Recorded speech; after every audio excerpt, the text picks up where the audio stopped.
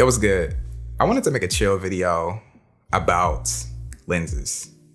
Even though a couple of vlogs ago, I said I wasn't gonna make many videos about gear, unless it was something that I'm thrilled about or actually care about. I love lenses. I'm fascinated by lenses. I'm fascinated by lighting.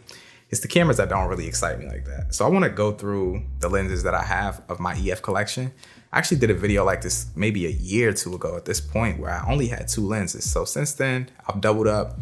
I'm gonna talk about the lenses I do have, show you guys how much they cost if you're interested in purchasing something similar to these lenses.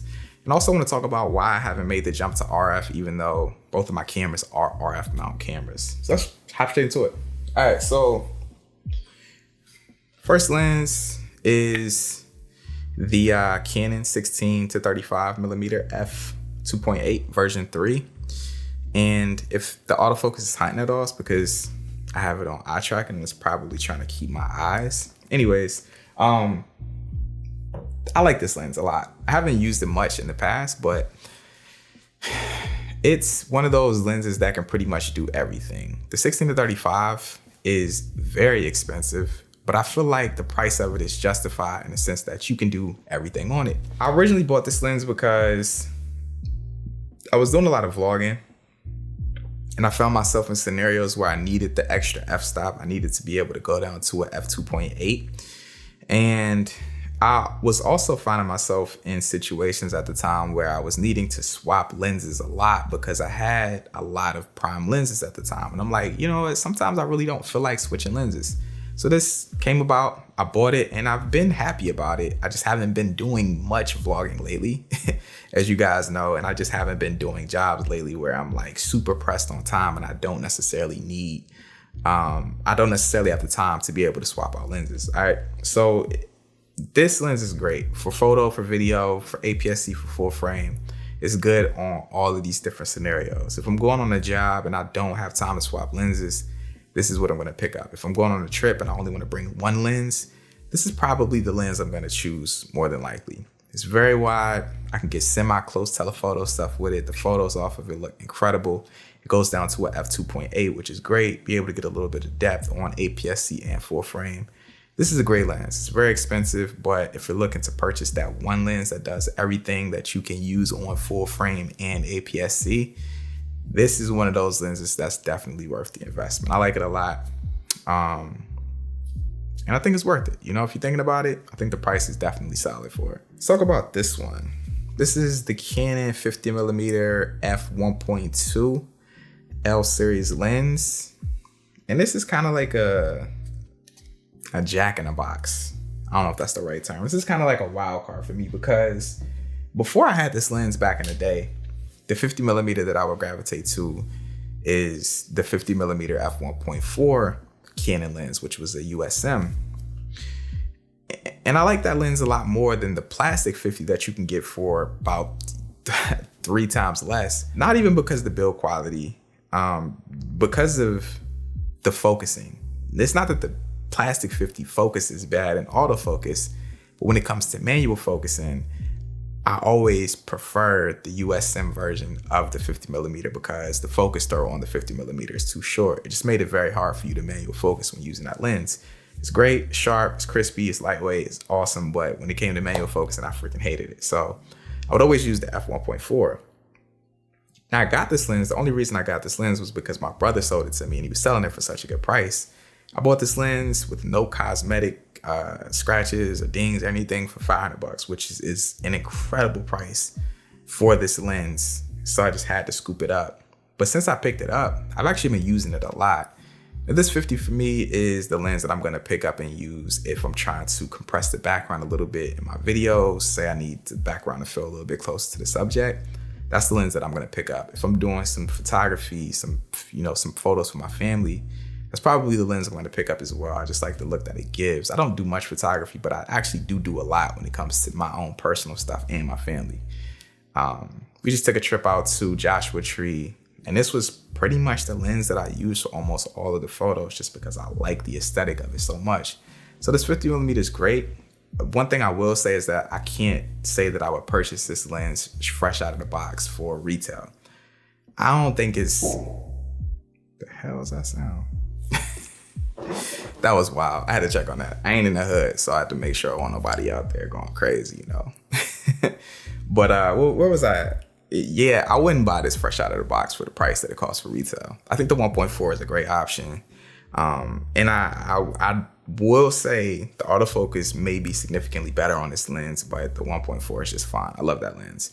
So yeah, that's the 50mm f1.2 L-Shiz lens. Let's go to the next one. This is the 100mm Canon f2.8 L series lens stabilized. Yo, if you're digging these titles that I'm using for these lenses, I got these from Canva, by the way, which is the sponsor of today's video. Let's jump into that real quick, man. Let's get the sponsor off. If you've never heard of Canva, it's an online design platform with tons of templates for whatever you need in your entrepreneur business. I love it because I'm able to create either YouTube thumbnails, shoot business cards, flyers, freaking animated Instagram posts, short promotional videos to send to my clients after I finish their music videos. Canva's dope. It's completely free. You can use it right now for $0, no money. But you really unlock a crazy experience when you try out the Pro subscription. In the Pro subscription, you get extra stock media, you get extra templates. It's just a great experience. And my link down in the description, if you guys want to check it out, we'll give you an extended 45-day trial of that Pro subscription. So go check it out. You really have nothing to lose because it's free, but I think that once you try the Pro side, you'll realize that Canva is a really good asset to us entrepreneurial creatives. So go check it out. All right, back to the 100mm. The 100mm is fire. In my last video where I talked about the lens that I had and I only had two, this was one of the two lenses that I had and that I still have. I love this lens for filming details. If I need a shot of someone's eyes, if I need a shot of someone typing on the screen, I need a shot of somebody texting, I need a shot of somebody's hands, I need a shot of somebody freaking washing dishes, like super, super close. This is the lens for it. It goes on to a f2.8 aperture, which is really good for like semi-low light stuff. And it's also stabilized. So if you're using a lens that has a high focal length, like 100mm or pretty much 50 and up, any sort of micro jitters that you introduce into your camera, they're going to be amplified because of that extended focal length. The fact that this is stabilized makes it so good. I love it for that. So the 100mm is incredible. I haven't got much use out of it lately, but you know, whenever it's time to shoot a project, I need to get those detail shots. That's the one that I'm going to gravitate towards. Highly recommend this one. And the last and final lens is the lens that I'm using right now on the camera. And this is the Sigma 24mm f1.4. This is one that I picked up recently, and this has been the lens that has gotten the most use out of all of these lenses that I'm talking about. Just because I used to think that f2.8 and f1.4 weren't that big of a difference, and it's just like, okay, whatever, 2.8's enough.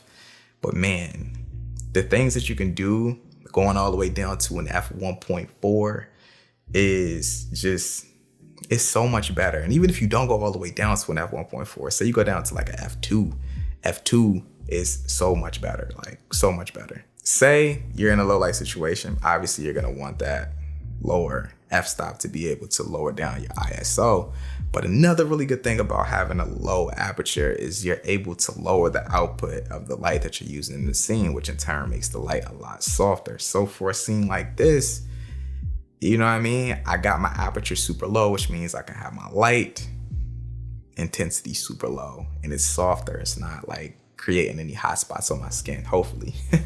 I haven't gotten to the post, but yeah, those are a couple of benefits of using an aperture, a lower aperture on a lens. But this is the lens that I'm gonna pick up for pretty much photos, video, from doing any sort of handheld work. I'm definitely scooping this lens. It's great. It's really good on full frame. It's really good on APS-C. Man, I love this lens. It's something about having that wide like field of view, but still being able to get depth off of it that is just incredible.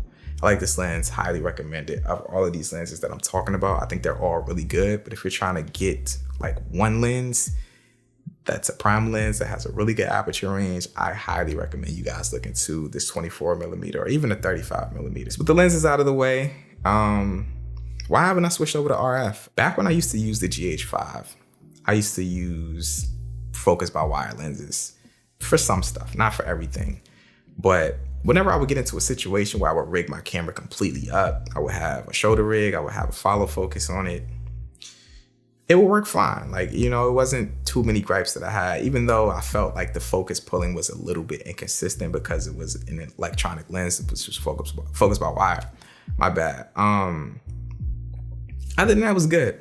The problem really came where like I would have my follow focus all the way rigged up for these lenses. Then I would turn the camera off, or the camera would go into standby mode. Then the lenses would completely cycle. So wherever I left them at, it wouldn't be there when I turned the camera back on, which would in turn mean sometimes that I would have to readjust and redo the follow focus. This is all like super nerdy technical stuff, but these were situations that I was in. So I couldn't really trust, or I couldn't really fill out the full potential of focus by wire lenses, taking into consideration I haven't actually used an RF lens before. So I can't say that this is the exact same circumstance for that, but I would imagine an electronic lens that is focused by wire probably will reset the cycle whenever the camera turns off. I don't know, given I haven't used one. Another big reason that I haven't switched over to RF yet as well is EF is more universal at this current moment.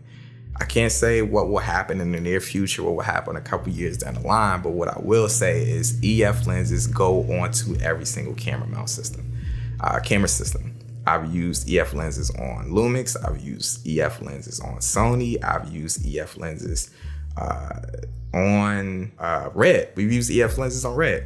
So EF, it's always an EF adapter for pretty much any single camera system out there. And it's not RF adapters for every single system out there at this particular moment. And I don't know if there ever will be, just because of the distance from the lens, the glass, the element. It's just a bunch of nerdy stuff. EF is more compatible, to say the least. So that's the reason why I use EF and I don't use RF yet. So that's my lens collection. If you got any other questions about the lenses, drop those down in the comments section below. I'll make sure to answer those. Links to all the lenses that I talked about will also be down in the description if you want to check these out, or find a similar focal length in the camera system that you're using. Go check those out as well. If you enjoyed this video, make sure to drop it a like. You're new to the channel. I make content like this. I also make filmmaking content, music video content, random vlog content. So if that ain't you at all, consider hitting that subscribe button. But with that being said, I'm out, y'all. Peace.